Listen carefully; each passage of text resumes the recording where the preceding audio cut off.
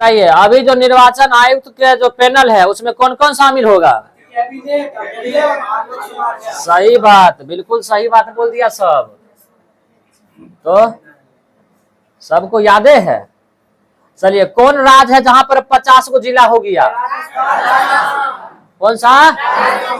राजस्थान। बहुत बढ़िया, सब होशियार हो गया। ये दिल्ली वाला हो गया था, ये हुआ था। अच्छा चलिए बहुत बढ़िया। अगला देखिए,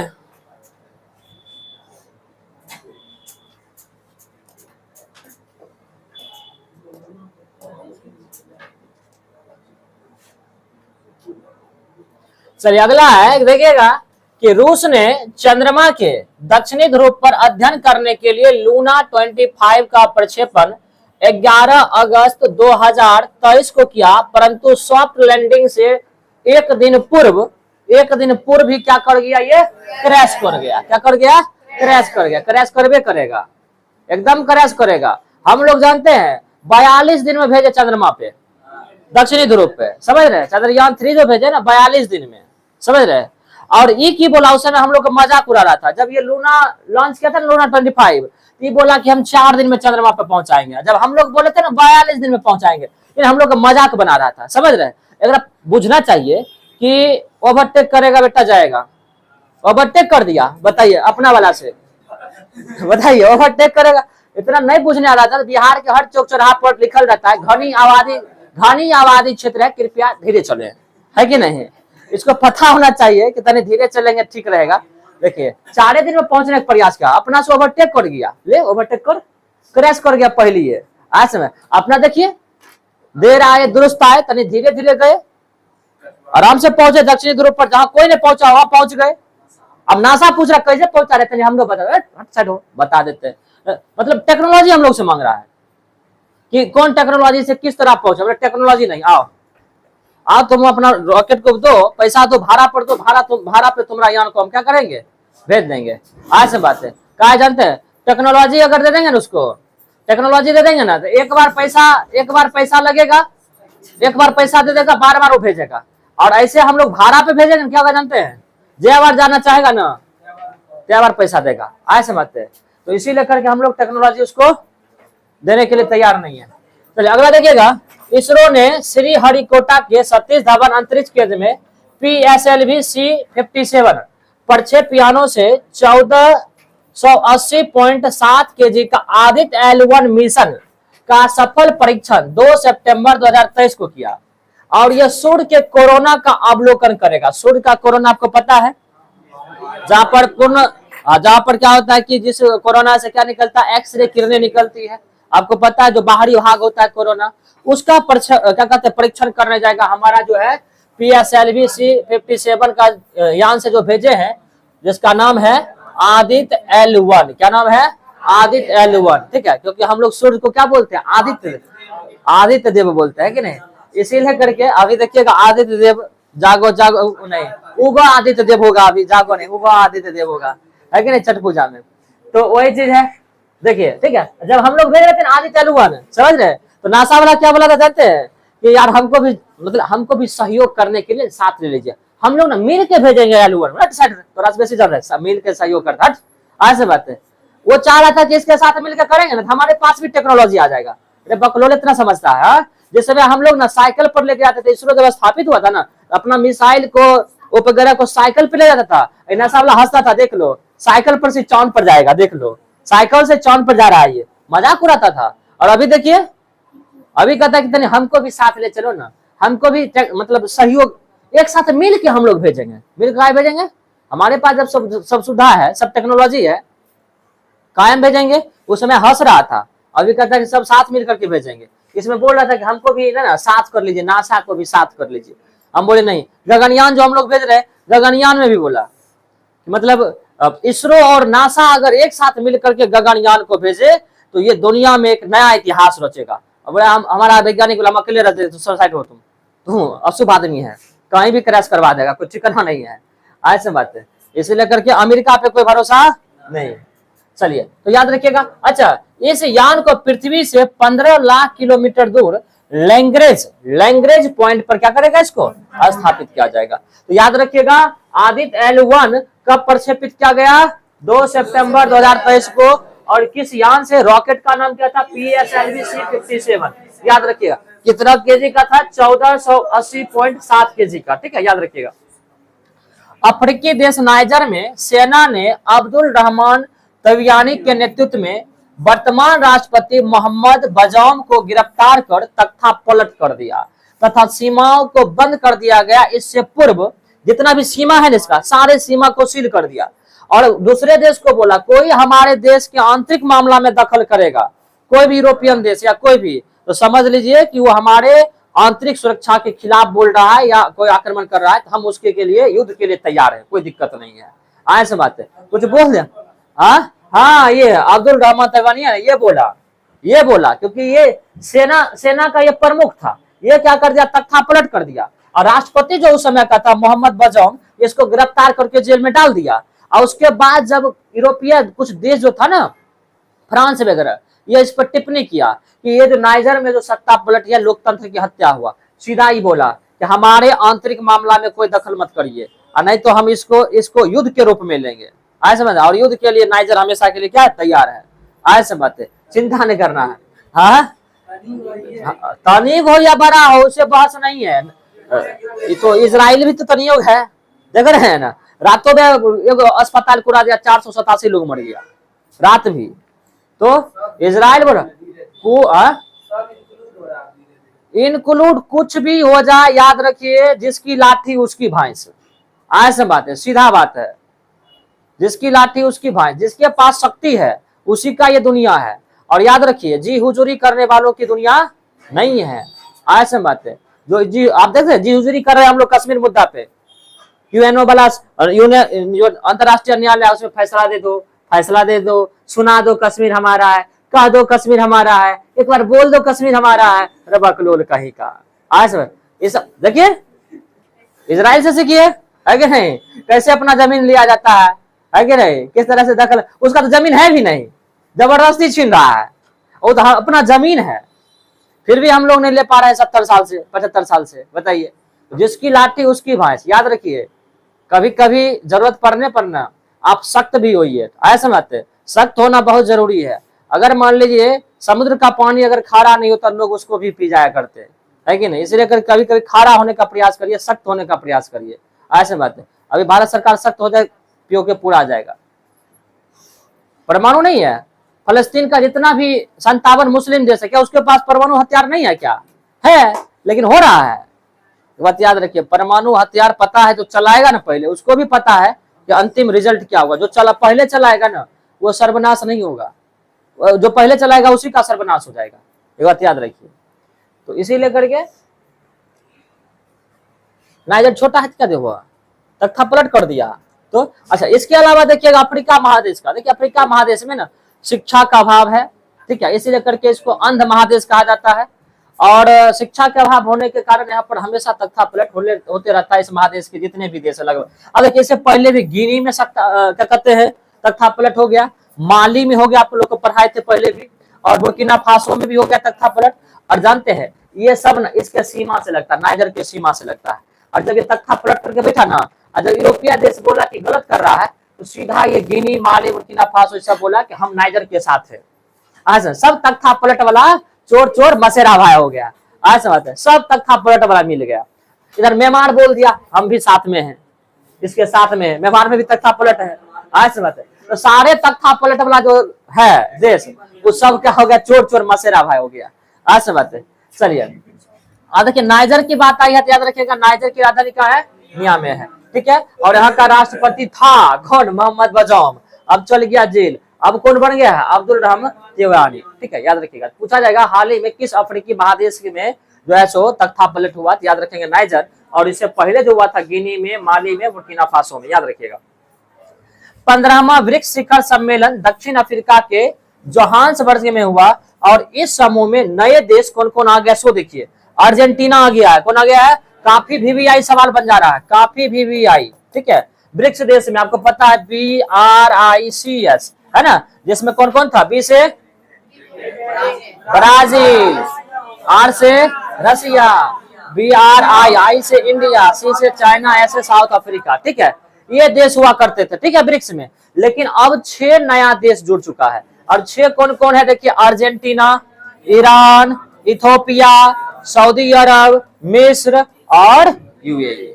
ऐसे मत याद रखिएगा, ये 6 हो गया ना, 6 जुड़ चुका है इससे। अब देखिए क्या हुआ, 16वां ब्रिक्स शिखर सम्मेलन रूस के, अब देखिए ये तो था 15वां जो कहा हुआ दक्षिण अफ्रीका के जोहान्सबर्ग में। अब 16वां जो ब्रिक्स शिखर सम्मेलन होगा वो रूस के कजान में 2024 में प्रस्तावित है। क्या? नहीं नहीं नहीं नहीं, ये आप यही कहना चाह रहे हैं यहाँ होगा तब यहाँ होना चाहिए, नहीं इसका क्रम अब बिगड़ गया है, कारण ही ये सब जुट गया है ना, ऐसे बात है। हाँ चलिए चलिए नेक्स्ट,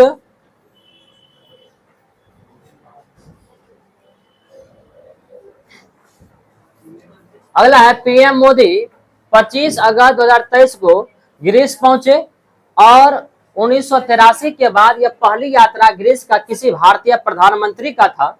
यहाँ ग्रीस के प्रधानमंत्री किरियाकोस मित्सोटाकिस पीएम का स्वागत किया तथा ग्रीस की महिला राष्ट्रपति कैटरीना सकालारापुलू ने ग्रीस का सर्वोच्च नागरिक सम्मान जिसका नाम है the grand cross of the order of the honour से पीएम को क्या किया, संबोधित किया। ठीक है, मतलब संबोधित किया, सम्मानित किया, इस बात को याद रखिएगा। देखिए 1983 के बाद पहला कोई प्रधानमंत्री बना जो ग्रीस पहुंचा, और ग्रीस पहुंचते ही इनको क्या मिल गया, नागरिक सम्मान, वहां का जो सर्वोच्च नागरिक सम्मान है, याद रखिएगा। अभी देखिए ग्रीस दे दिया, इससे पहले कौन बताए थे, फ्रांस दिया था प्रधानमंत्री को सर्वोच्च नागरिक सम्मान, और कौन दिया था, पापुआ न्यू गिनी दिया था, उसके बाद फिजी दिया था, उसके बाद मिस्र दिया था। ये सब याद रखिएगा, 1 2 3 4 5 याद रखिएगा। ठीक है, और इससे पहले भी दिया था, UAE दिया था, सऊदी अरब दिया था। ठीक है, कुल मिलाकर के 14 देश सर्वोच्च नागरिक सम्मान अभी इनको दे चुका है। चलिए राजधानी, अच्छा राजधानी ग्रीस का क्या बोलेगा, एथेंस बोलेंगे, क्या बोलेंगे, एथेंस। और पहला ओलंपिक कहां से शुरू हुआ था, एथेंस से। चलिए बहुत बढ़िया। अगला देखिएगा, फॉर्चून ग्लोबल के 500 कंपनियों में भारत का 8 कंपनी शामिल है। आपको पता है फॉर्चून जो है एक पत्रिका है, और ये पूरी दुनिया की 500 कंपनियों का लिस्ट जारी किया जो टॉप 500 कंपनी है पूरी दुनिया में। और इसमें प्रथम स्थान पर कौन रहा, वॉलमार्ट रहा, को कहा का है, USA का। रिलायंस इंडस्ट्री जो है वो 88वां स्थान पर रहा, और भारतीय तेल निगम जो है ये 94वां स्थान पर रहा। तो याद रखिएगा, पूछा जाएगा फॉर्चून ग्लोबल के 500 सूचियों की लिस्ट में जो भारतीय तेल निगम है इसका स्थान कौन सा रहा, तो 94वां रहा, और रिलायंस इंडस्ट्रीज का कौन सा रहा, हाँ 88 रहा, कौन सा रहा, 88 रहा। चलिए अगला देखिएगा,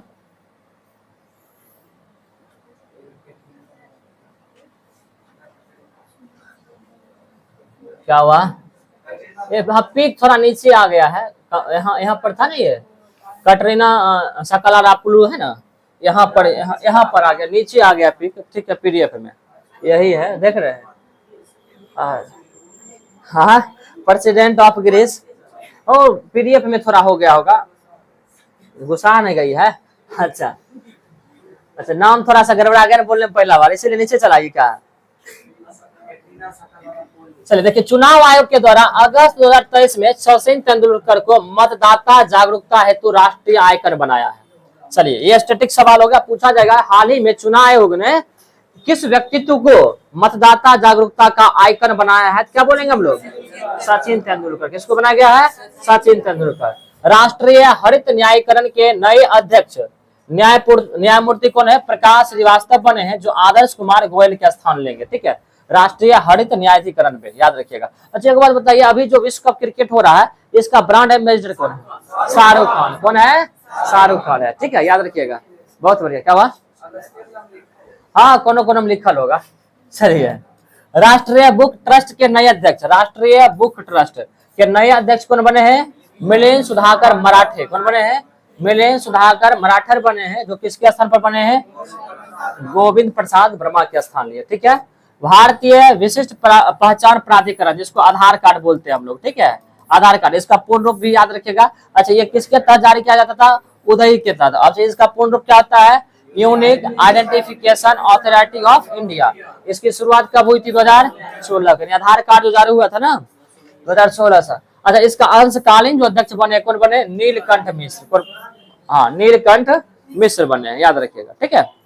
उसके बाद देखिएगा रेलवे बोर्ड की पहली महिला अध्यक्ष, काफी VVI।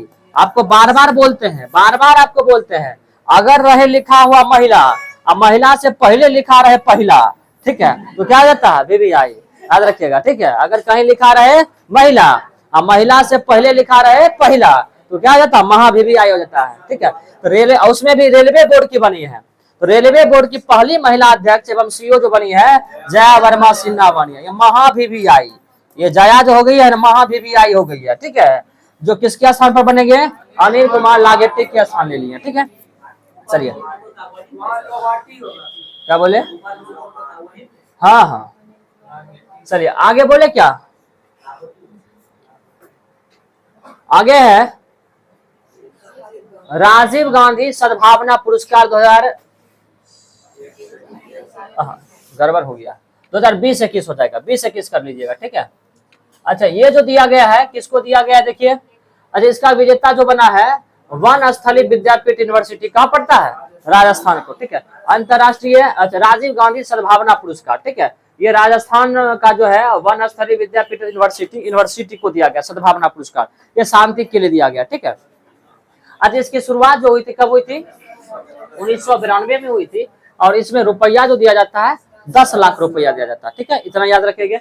चलिए, अब चलाइए कीर्ति चक्र पुरस्कार 2023। सारे पिक जो है ना ऊपर नीचे हो गया, बाद में आपको दिखा देंगे, ठीक है, बाद में आपको दिखा देंगे, ऊपर नीचे पिक हो गया।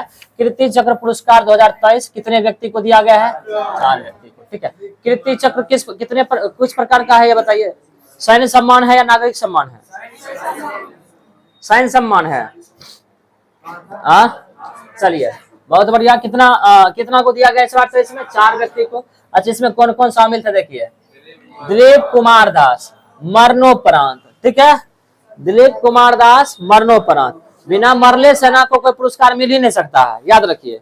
और ये जो दिया जाता है ना, खुश करने के लिए सेना को दिया जाता है, सीधा बात है कि नहीं? जानबूझ के आप करवा दीजिएगा, क्या कहते हैं, हत्या, शहीद करवा दीजिएगा, और उसके बाद इसको मरणोपरांत क्या करिएगा? कीर्ति चक्र, शौर्य चक्र, ये सब दे करके खुश कर दीजिए। तो दिलीप कुमार दास, याद रखिएगा, मरणोपरांत। राजकुमार यादव, इनको भी मरणोपरांत। अच्छा, बबुल रामा, ये मरणोपरांत, और उसके बाद शंभू रॉय, ये मरणोपरांत, ठीक है, चारों को मरणोपरांत, ठीक है ना, याद रखिएगा। उसके बाद देखिए शौर्य चक्र 2023 11 व्यक्तियों को दिया गया। अब 11 व्यक्ति में कौन कौन शामिल था? देखिए, मेजर मुस्तफा बोहरा, इनको मरणोपरांत दिया गया। मेजर विकास शंभू होता, विकास शंभू मरणोपरांत, ठीक है। विवेक सिंह को दिया गया, विवेक सिंह तोमर को मरणोपरांत दिया गया, ठीक है। कुलभूषण मंता को मरणोपरांत दिया गया। उसके बाद देखिए विजय शर्मा को, सचिन नेगी को, राजेंद्र प्रसाद जाट को, भीम सिंह को, रविंद्र सिंह रावत को।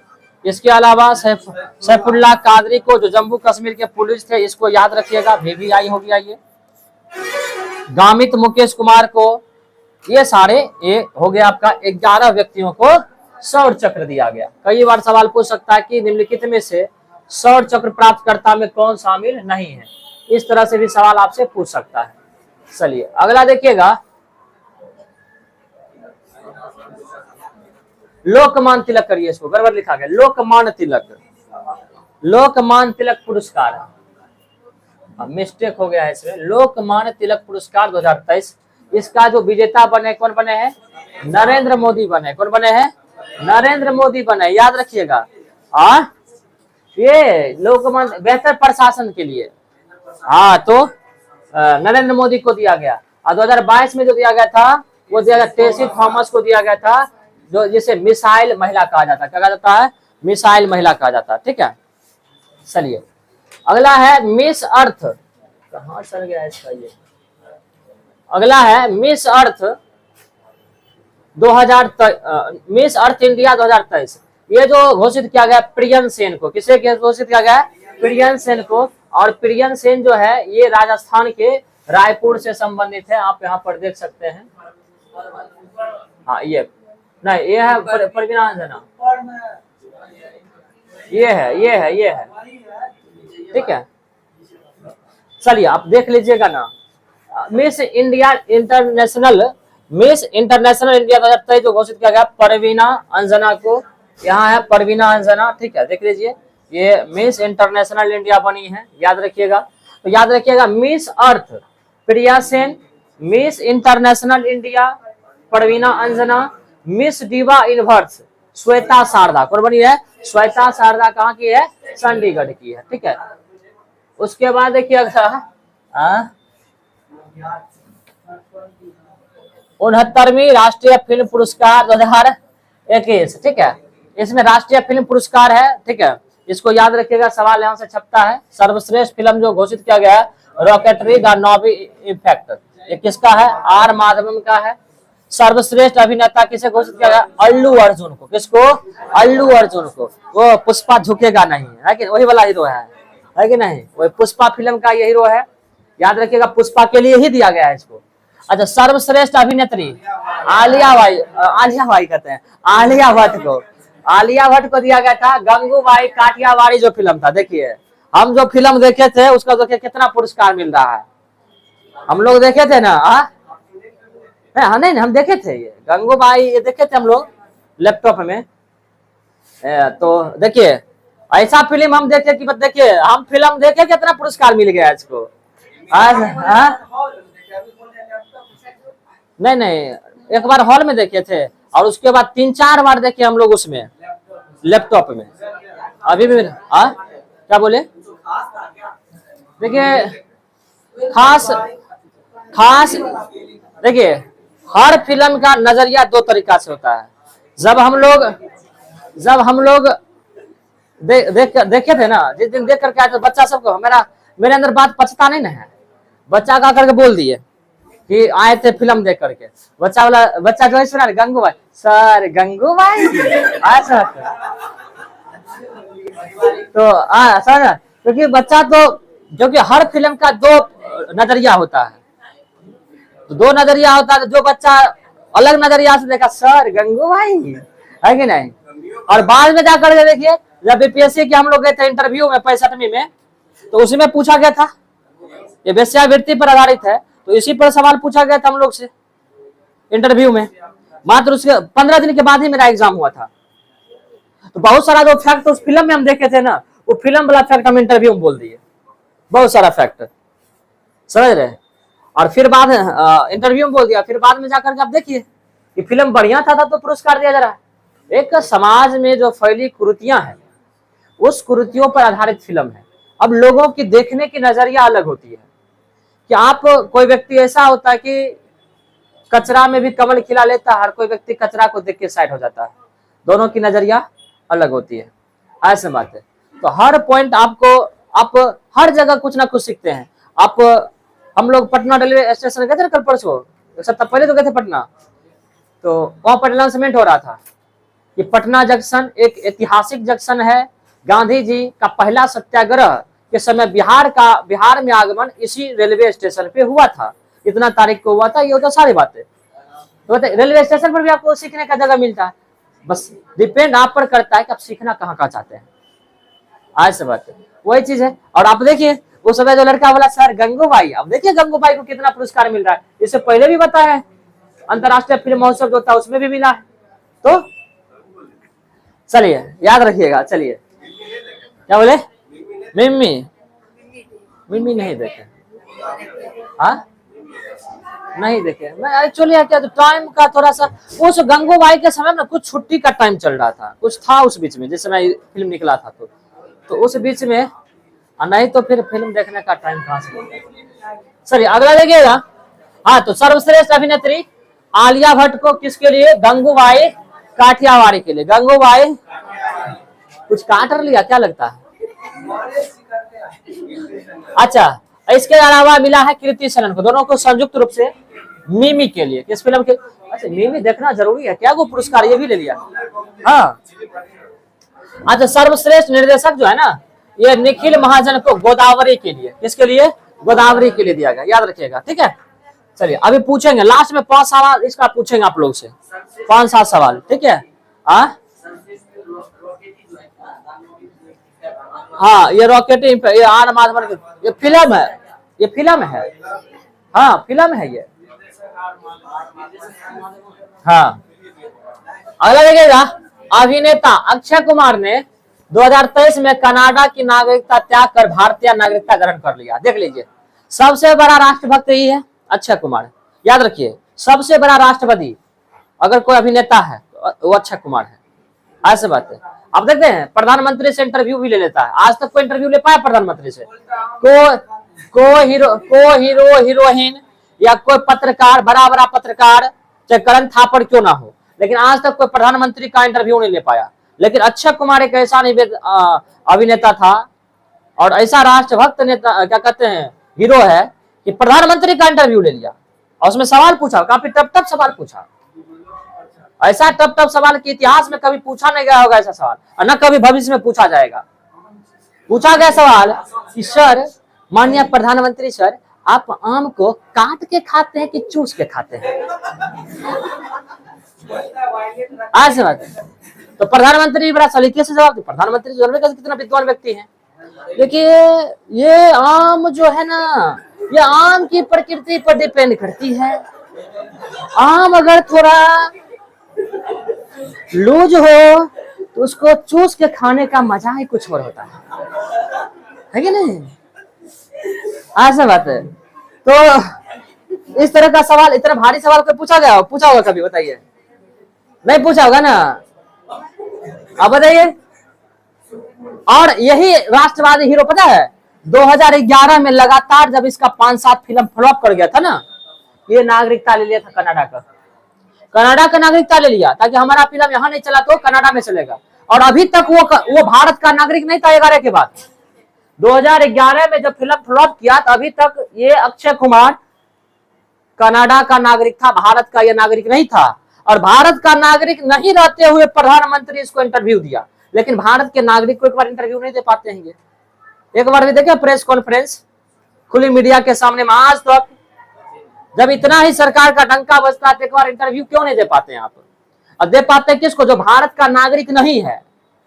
और उसको भी ऐसा सवाल पूछा है कि ना इतिहास में पूछा गया ना भविष्य में पूछा जाएगा, इतना भारी सवाल है सर कि नहीं? यही सब बात बोलते कहता है कि मैंने ये सवाल हुआ प्रधानमंत्री से। प्रधानमंत्री सब पूछते इकोनॉमिक के बारे में, प्रधानमंत्री इंडस्ट्रीज से आप जुड़े हुए इंडस्ट्रीज के बारे में पूछते कि इंडस्ट्रीज के लिए आप क्या कर रहे हैं, जो वहाँ पर कुरीतियां फैली हुई है, जो वहाँ की समस्या है, वो सब बातें आप रखते है कि नहीं? आप अपने पक्ष ही रखते, देश के पक्ष नहीं रखते। तो ये आपको क्या ये इंटरव्यू हुआ? बताइए, गजब हाल है। चलिए कोई बात नहीं है। तो याद रखिए अक्षय कुमार अभी जो है ना, क्योंकि ये थोड़ा सा राजनीतिक में भी लाइटेड रहता है, तो इसे लेकर के याद रखिएगा, 2023 में क्या कर लिया, कनाडा की नागरिकता को छोड़ करके भारतीय नागरिकता ले लिया। हो सकता है बाद में कहीं से टिकट मिल जाए, इसी वजह से ऐसे बात है। चलिए आगे देखिए, प्रमुख निधन। कुछ लोग मरने के बाद भी जीके बना के जाते हैं, जैसे कि विकास सिन्हा है, ये परमाणु वैज्ञानिक थे, ठीक है, परमाणु वैज्ञानिक थे। जब हम लोग का पोखरण अभियान चल रहा था तो उनमें भी इनका सहयोग काफी महत्वपूर्ण रहा था, याद रखिएगा। उसके बाद बिंदेश्वर पाठक, पठाक लिखा गया, पाठक होगा, पाठक, ठीक है, सुलभ सोशल सर्विसेज के ये संस्थापक हुआ करते थे, ठीक है।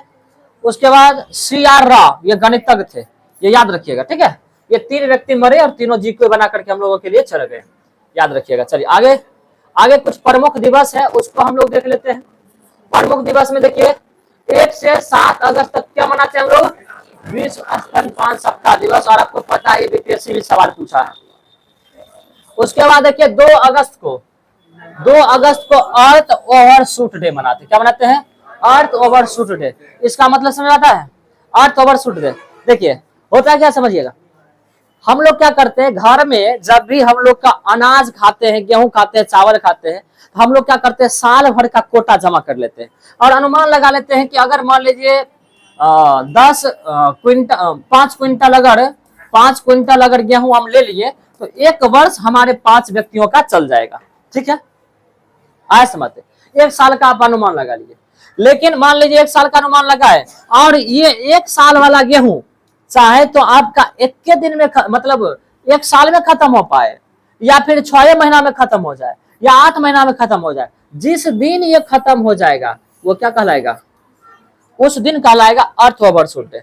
उसी तरह से पूरे पृथ्वी पर जो भी खनिज संसाधन है, जो भी यहाँ पर अनाज उनाज जो भी मुहैया है, ठीक है, ऐसे बात है, जो एक साल का अनुमान लगाया जाता है कि पूरे पृथ्वी पर इतना आदमी है और इतना आदमी जो है सो इतने दिन में एक साल के खाना को खा जाएगा, या इतने जो है सो जरूरत की चीजों को समाप्त कर देगा। तो जिस दिन वो एक साल का जरूरत का चीज समाप्त हो जाएगा, उसी दिन बनाया जाता है अर्थ ओवरशूट डे। मतलब पृथ्वी पर जितना भी मनुष्य को यूज करने के लिए 1 वर्ष का संसाधन था, उस सारे संसाधन का यूज क्या कर लिया। ऐसे बात है। इसीलिए करके अर्थ ओवरशूट डे कभी भी फिक्स डेट में नहीं होता, हर वर्ष का ओवरशूट डे अलग अलग होता है। समझ में आया कि नहीं है?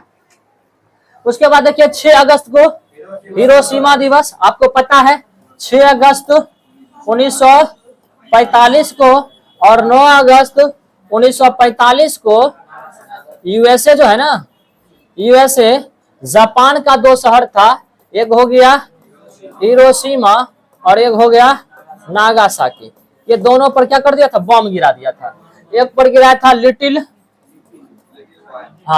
बॉय, और एक पर गिराया था फैट मैन। क्या गिरा था, फैट मैन। एक छोटा बम था लिटिल बॉय, मैंने पहले ना परमाणु का ये चेक किया, ऐसे मत, छोटा ये बम था, और उसके बाद फैट मैन यानी बड़ा बम गिरा दिया जिसको बोला गया फैट मैन। ऐसे मत, बम का नाम था लिटिल बॉय और फैट मैन, याद रखिएगा। उसके बाद देखिए 7 अगस्त को राष्ट्रीय हथकरघा दिवस। क्या मनाते हैं, राष्ट्रीय हथकरघा दिवस मनाते हैं। और कब से मनाते हैं, 2015 से मनाते हैं। 9 अगस्त को हम लोग अगस्त क्रांति दिवस भी मनाते हैं और विश्व आदिवासी दिवस भी मनाते हैं। इसको VVI लिख लीजिएगा, ठीक है। उसके बाद 10 अगस्त को विश्व जैव ईंधन दिवस। क्या मनाते हैं, विश्व जैव ईंधन दिवस, विश्व जैव ईंधन दिवस मनाते हैं। 12 अगस्त को अंतरराष्ट्रीय युवा दिवस। क्या मनाते हैं, अंतरराष्ट्रीय युवा दिवस। और राष्ट्रीय युवा दिवस को मनाते हैं 12 जनवरी को। कब मनाते हैं, 12 जनवरी को। अच्छा, 14 अगस्त को हम लोग विभाजन विविष्का दिवस मनाते हैं। ये साहब हम लोग को बोले कि 14 अगस्त को, क्योंकि भारत का जब विभाजन हो रहा था तो 14 तारीख को काफी हिंदू लोग मारे गए थे, बहुत सारे भारतीय मारे गए थे, जिसके कारण उस दिन को हम लोग विभाजन विविष्का दिवस के रूप में मनाते हैं, क्योंकि विभाजन के समय ही विविष्काएं हुई थी। चलिए 15 अगस्त को हम लोग क्या मनाते हैं, स्वतंत्रता दिवस। और इसके अलावा देखिए दक्षिण कोरिया का स्वतंत्रता दिवस है, कांगो गणराज्य का, बहरीन का, ये सभी स्वतंत्रता दिवस 15 अगस्त को मनाता है। कई बार सवाल आता है कि 15 अगस्त को भारत के अलावा निम्नलिखित में से कौन कौन देश स्वतंत्रता दिवस मनाते हैं। तो याद रखिएगा कि कौन कौन मनाते हैं। दक्षिण कोरिया, यह 15 अगस्त 1945 को किससे आजाद हुआ था, जापान से आजाद हुआ था, याद रखिएगा। उसके बाद देखिए कांगो गणराज्य, ये 15 अगस्त 1960 को किससे आजाद हुआ था, फ्रांस से आजाद हुआ था। उसके बाद है बहरीन, बहरीन 15 अगस्त 1971 को किससे आजाद हुआ था, ब्रिटेन से। और उसके बाद देखिए आप 23 अगस्त को क्या मनाया जाता है, राष्ट्रीय अंतरिक्ष दिवस 2023। चलिए ये अभी से मनाया जाता है। क्यों मनाया जाता पता है, ये अभी ये इंपॉर्टेंट हो गया, इसलिए हो गया जानते हैं, क्योंकि 2023 से मनाया जाना शुरू हो गया। और किस दिन पता है, जिस दिन चंद्रयान लैंड कर गया था चंद्रमा पर, उसी दिन को मनाया जाने लगा है राष्ट्रीय अंतरिक्ष दिवस। क्या मनाया जाने लगा है, राष्ट्रीय अंतरिक्ष दिवस, ठीक है, क्योंकि चंद्रयान इसी दिन जो है सो क्या कर गया था, लैंड कर गया था, याद रखिएगा। अच्छा 29 अगस्त को क्या मनाते हैं, राष्ट्रीय खेल दिवस। और किसके जन्म दिवस पर, मेजर ध्यानचंद के जन्म दिवस पर। और पूछा जाएगा अगर आपको, बताइए कि अंतरराष्ट्रीय जो है सो खेल दिवस कब मनाते हैं, क्या बोलेंगे, 6 अप्रैल को। कब मनाते हैं, 6 अप्रैल को, याद रखिएगा 6 अप्रैल को अंतरराष्ट्रीय खेल दिवस। चलिए बहुत बढ़िया। आगे है मालाबार युद्धाभ्यास 2023। इसका जो आयोजन हुआ था वो कहा, ऑस्ट्रेलिया के सिडनी में। कहा हुआ था, ऑस्ट्रेलिया के सिडनी में। और यहाँ पर भारत देखिए कौन कौन शामिल था इस युद्धाभ्यास में, भारत था, यूएसए था, ऑस्ट्रेलिया था, जापान था। क्वाड में जो शामिल देश है, क्वाड में वो सारे शामिल है इसमें। उसके बाद याद रखिएगा महिला का फीफा विश्व कप 2023, इसका आयोजन कहाँ हुआ था, ऑस्ट्रेलिया और न्यूजीलैंड में। और इसको जीता कौन, स्पेन। और उप विजेता कौन बना है? इंग्लैंड। कौन बना है? इंग्लैंड। याद रखिएगा फीफा का संबंध किससे है? फुटबॉल से है, ठीक है। तो महिला का जो फीफा वर्ल्ड कप हुआ उसका आयोजन जो हुआ न्यूजीलैंड और ऑस्ट्रेलिया में, इसका विजेता जो हुआ स्पेन और इसका जो उप विजेता हुआ कौन हुआ? इंग्लैंड हुआ, ठीक है। कोई डाउट इसमें? चलिए अगला है एशियाई हॉकी चैंपियनशिप 2023।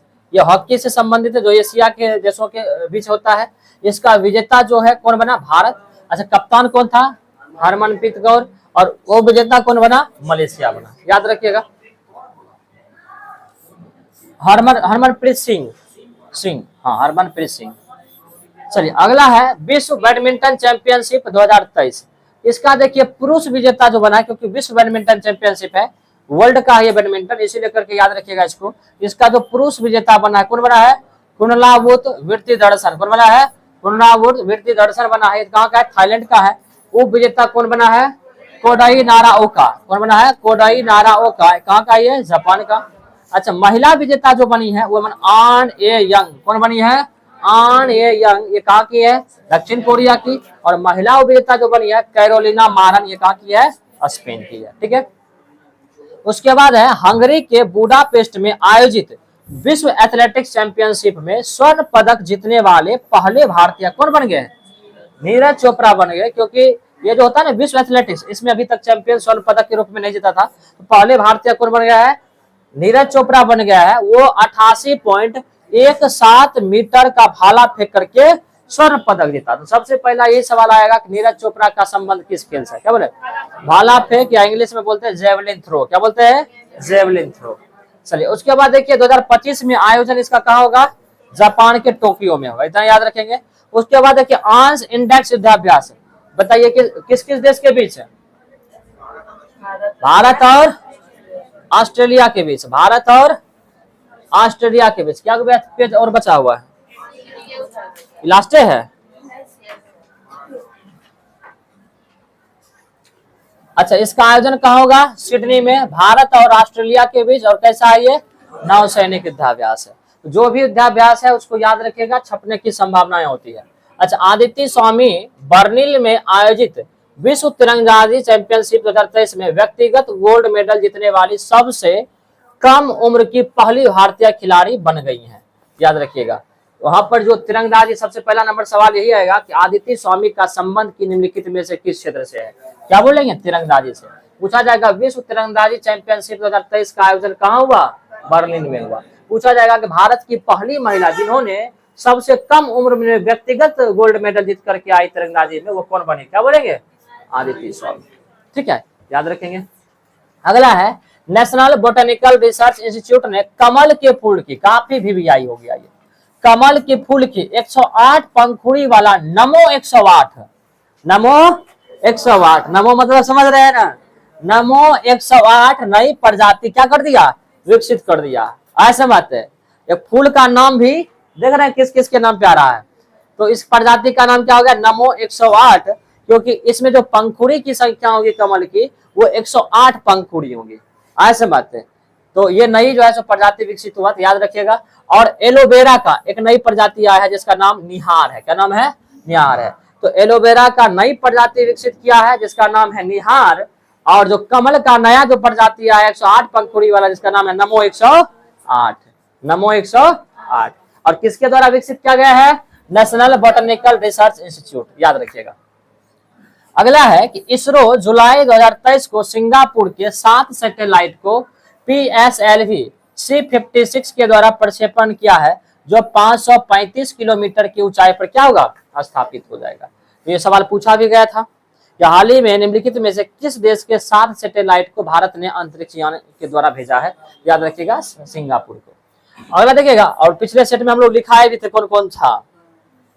राष्ट्रपति मुर्मू ने प्रोजेक्ट 70A के तहत निर्मित 16वां जो युद्धपोत है, युद्धपोत छठा युद्धपोत जिसका नाम है विंध्यागिरी, तो भारतीय नौसेना में अगस्त 2023 में शामिल किया। बस सीधा पूछा जाएगा प्रोजेक्ट 70A के तहत, प्रोजेक्ट 70A के तहत निम्नलिखित में से छठा जो है सो युद्धपोत कौन जो है सो भारतीय सेना में शामिल हुआ?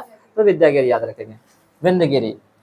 केंद्रीय जल आयोजन के अध्यक्ष, जल आयोग होगा, आयोजन नहीं, केंद्रीय जल आयोग के अध्यक्ष के बोहरा बने। कौन बने हैं? के बोहरा बने। के बोहरा के बाद पूर्ण अनुमान लगाने के लिए फ्लड वॉच नामक मोबाइल ऐप लॉन्च किया है। याद रखिएगा, इसका जो अध्यक्ष का नाम क्या है? के बोहरा। और ये क्या किया है कि एक पूर्वानुमान लगाने के लिए फ्लड वॉच क्या जारी किया है? फ्लड वॉच मतलब जो बाढ़ आने से पहले ही आपको बता देगा कि किधर बाढ़ आने वाली है। ठीक है। अगस्त 2023 में आए चक्रवाती तूफान खानून, तूफान का क्या नाम है? खानून, फिलीपींस, ताइवान, चीन सहित कई देशों को प्रभावित किया। और फिलीपींस ने इसे नाम क्या दिया है? फाल्कन कहा जाता है। फिलीपींस में से फाल्कन नाम है इसका खानून, लेकिन फिलीपींस में से कहा जाता है क्या? फाल्कन कहा जाता है। याद रखिएगा। उसके बाद देखिएगा कि 38 वर्षों से कंबोडिया के प्रधानमंत्री रहे। कितना वर्ष से? 38 वर्षों से कंबोडिया के प्रधानमंत्री रहे हुन सेन ने त्यागपत्र दे दिया, जिससे वहां के राजा नोरोडम सिहामुनी, देखिए याद रखिएगा कि कंबोडिया के राजा का क्या नाम है? नरोडम सिहामुनी। यहाँ का प्रधानमंत्री कौन था? प्रधानमंत्री हुन सेन था। और ये त्यागपत्र दे दिया। त्यागपत्र देने के बाद इसी का बेटा है जो नए प्रधानमंत्री बना है, जिसका नाम है हुन सेन। क्या नाम है? हुन सेन। हुन सेन के पुत्र हुन मानेट। हुन सेन के पुत्र। काम जो है ना बहुत स्लो कर रहा है। क्या हुआ? हाँ, डीप ज्यादा हो गया इसलिए करके। अब वाटर मार्क डालवे नहीं करेंगे इस बोर्ड के लिए, उसमें डाल देंगे, इसमें नहीं डालेंगे, बहुत ज्यादा डीप हो जा रहा है। तो इसका पुत्र का नाम है हुन मानेट को बनाएगा। ठीक है, याद रखिएगा इस बात को। उसके बाद है अगला, WHO ने कोरोना के नए वेरिएंट जिसका नाम है इरिस या इजियस के प्रभाव में के बारे में जानकारी दी है, जिसमें क्या है 51 देशों में क्या हो चुका है? फैल चुका है। तो याद रखिएगा, पूछा जाएगा कोरोना का एक नया वेरिएंट आ गया जिसका क्या नाम है? इरिस। क्या नाम है? इरिस वेरिएंट, जो कितना देश में फैल चुका है? 51 देशों में। अगला है कि अंतरराष्ट्रीय बाघ दिवस। अंतरराष्ट्रीय बाघ दिवस 29 जुलाई को मनाया गया, जिसमें सर्वाधिक बाघों की संख्या कितना? 785 के साथ कौन रहा? MP में जारी रहा। और मतलब बताया गया कि इस तरह सबसे अधिक जो है MP में, इसलिए करके टाइगर प्रदेश इसको कहा जाता है। बिहार में बाघों की संख्या कितना है? 67 है। याद रखिएगा। और दूसरा स्थान पे पूछेगा MP के बाद कर्नाटक है। कर्नाटक है दूसरा स्थान पर। याद रखिएगा इस बात को। इस लोगों को अब नहीं डालेंगे, लोगो डालने के बाद और ज्यादा दिक्कत होता है। अगला देखिएगा, केंद्र सरकार बुनियादी साक्षरता को बढ़ावा देने के लिए उल्लास नामक एक मोबाइल ऐप को लॉन्च किया। किसको लॉन्च किया है? उल्लास नामक मोबाइल ऐप को लॉन्च किया है। याद रखिएगा, पूछा जाएगा हाल ही में उल्लास नामक जो है ऐप जो है किस उद्देश्य से लागू किया गया? तो याद रखेंगे हम लोग, बुनियादी साक्षरता को बढ़ावा देने के लिए। महाराष्ट्र का पहला जो उद्योग रत्न अवार्ड जो है किसे दिया गया है? रतन टाटा को दिया गया है। बस इतना याद रखिए, एस्थेटिक सब है यहाँ पे। अगला है, बिहार रोड्स प्रोजेक्ट के लिए ADB के द्वारा 295 बिलियन डॉलर की सहायता प्रदान की गई है। पूछा जाएगा हाल ही में बिहार रोड्स प्रोजेक्ट के लिए किस संस्था के द्वारा 295 मिलियन डॉलर की सहायता दी गई है? क्या बोलेंगे हम लोग? ADB के द्वारा। ADB का फुल फॉर्म क्या था? Asian development bank. इसका मुख्यालय कहाँ है? मनीला में। कहाँ है इसका मुख्यालय? मनीला में। याद रखिएगा। उसके बाद है हाल ही में CSIR NAL झीलों से खरपतवार हटाने के लिए, अच्छा ये संस्था का नाम है, ठीक है। और यहाँ खरपतवार हटाने के लिए जल दोस्त, क्या नाम है? जल दोस्त एयरबोट को क्या किया? लॉन्च किया। कहाँ से? बेंगलुरु से। खरपतवार को हटाने के लिए, जैसे झील वगैरह में खरपतवार नहीं उग जाता है, उसको समाप्त करने के लिए एक बोट जारी किया है, एयरबोट, जिसका नाम है जल दोस्त। याद रखिएगा इतना। उसके बाद हाल ही में 13वां महारत्न कंपनी का जो दर्जा मिल गया है वो ऑयल इंडिया लिमिटेड को मिला। किसे मिला है? Oil India limited. पूछा जाएगा पहले से पहले 12 था ना, अब 13 हो गया है ऑयल इंडिया लिमिटेड। ये 13वां महारत्न कंपनी होगा। नवरत्न कंपनी अलग होता है, महारत्न अलग होता है। अच्छा अगला है माखन होगा। माखन महोत्सव ये कहाँ मनाया गया है? उत्तराखंड के अंडूरी में। उत्तराखंड के अंडूरी में। अच्छा फूलदेई एवं हरेला ये भी कहाँ मनाया जाता है? उत्तराखंड में मनाया गया। अच्छा उसके बाद देखिए अमृत वृक्ष आंदोलन ये 2023 ये कहाँ शुरू हुआ है? असम में हुआ। याद रखिएगा, अमृत वृक्ष आंदोलन, वृक्ष की कटाई पर रोक लगाने के लिए इस तरह की चीजें किया जाता है असम में। याद रखिएगा। उसके बाद है ICC क्रिकेट 2023 का शुभंकर क्या था बताइए? ICC क्रिकेट 2023 जो भारत में चल रहा है, 2023 में पूछा जाएगा आईसीसी वर्ल्ड कप का आयोजन कहाँ हो रहा है? भारत में हो रहा है। ठीक है, तो इसका शुभंकर क्या था, थीम क्या था, मोटो क्या था, याद रखिएगा। इसका मोटो जो था क्रिप्टोवर्स, क्या नाम था? क्रिप्टोवर्स था। और इसका ब्रांड एम्बेसडर कौन है? शाहरुख खान। कौन है? शाहरुख खान। चलिए अगला याद रखिएगा कि हाल ही में जॉर्डन में आयोजित अंडर-20 विश्व कुश्ती चैंपियनशिप में लगातार 2 बार स्वर्ण पदक जीतने वाली पहली महिला। आपको क्या बताए, जो ही रहे महिला, महिला से पहले पहला, तो क्या जाता है? BBI। ठीक है, अंतिम पंघाल बनी है। कौन बनी है? अंतिम पंघाल बनी है, याद रखिएगा इस बात को। ठीक है, अंडर-20 में। और इसका संबंध किससे है? कुश्ती से है। नहीं, अमित पंघाल अलग है। अजरबैजान के बाकू में संपन्न शतरंज विश्व कप 2023 में विजेता जो बना है मैग्नस कार्लसन बने, जबकि उप विजेता भारत के आर प्रज्ञानंद बने। ठीक है, ये जो है सो 17 वर्ष का लड़का जो है छक्का छोड़ा दिया इसको, और हार गया अलग बात है, लेकिन पूरा जो है सो इसको टक्कर दिया था ये। ठीक है, आर प्रज्ञानंद। उसके बाद देखिएगा इसरो के सहयोग से जाक्सा क्या हो गया? जापान का जो अंतरिक्ष संस्था है उसको जाक्सा कहा जाता है। अब देखिए इसरो के सहयोग से जाक्सा जो है ना लुपेक्स नामक मिशन कहाँ भेजेगा? चंद्रमा पर भेजेगा। देख रहे हैं हम लोग जो ही पहुंचा दिए, नासा वाला, जापान वाला सब बोल रहा है हमरो चल लेकर के, है कि नहीं? देख रहे हैं अभी अब हम लोग इसरो और जाक्सा जो जापान का है, ये दोनों मिल करके हम लोग लुपेक्स भेजेंगे। ठीक है, ऐसे बातें याद रखिएगा। हो गया।